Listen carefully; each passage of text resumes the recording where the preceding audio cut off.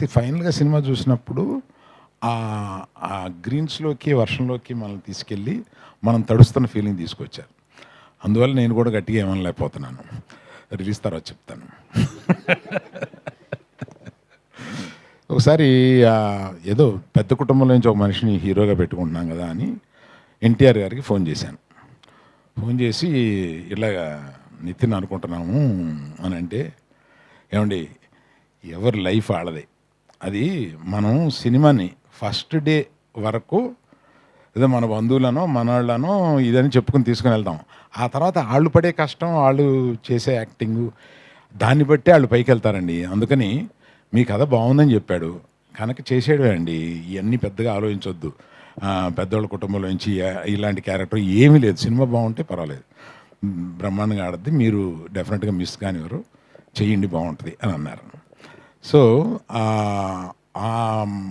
ఇది ఇతనిలో ఆ మెరిట్ చాలా ఉంది. చాలా బాగా చేశారు, చాలా ఈజీతో చేశారు ఆయన. అమ్మాయి కూడా, అమ్మాయి ఇక్కడ లేదు, ఇవాళ ఏదో ఎక్కడో షూటింగ్లో ఉందంట, దుబాయ్ పెళ్ళికి వెళ్ళింది. ఆ అమ్మాయి పెళ్ళా? వేరే వాళ్ళ పెళ్ళి అంటండి. సో ఈ తర్వాత ఇలా చెప్పినప్పుడు మీ అజయ్ గారు మ్యూజిక్ డైరెక్టర్గా నాకు చెప్పారు, వాసు ఒక కొత్త కుర్రోళ్ళు కొంతమంది వస్తున్నారు, మన సినిమాలో ఎంకరేజ్ చేద్దామని.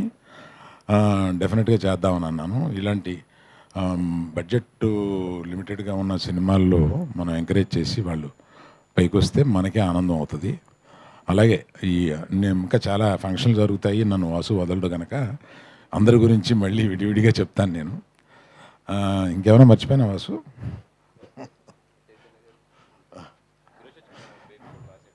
ఎవరు? మేబీ కూడా రాశారు కదా మీరు.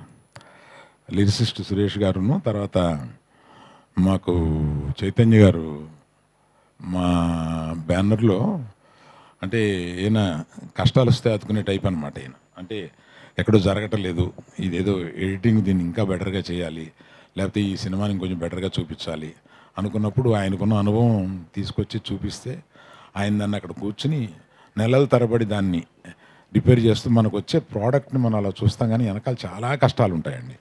ఆ కష్టాలని ఎక్కువ పంచుకునే వాళ్ళల్లో మా గీతార్ట్స్లో చైతన్య ఒకడు. Thank you Chaitanya, thank you. So media మిత్రులకి ఇక్కడి నుంచి జనం బాగుంది అని చెప్పే వరకు మీరు తీసుకెళ్ళాలి. మాకు ఓపెనింగ్ వచ్చినాయి అంటే మీరు కొంత కారణం అవ్వాలి. Thank you very much. Thank you sir, thank you so much.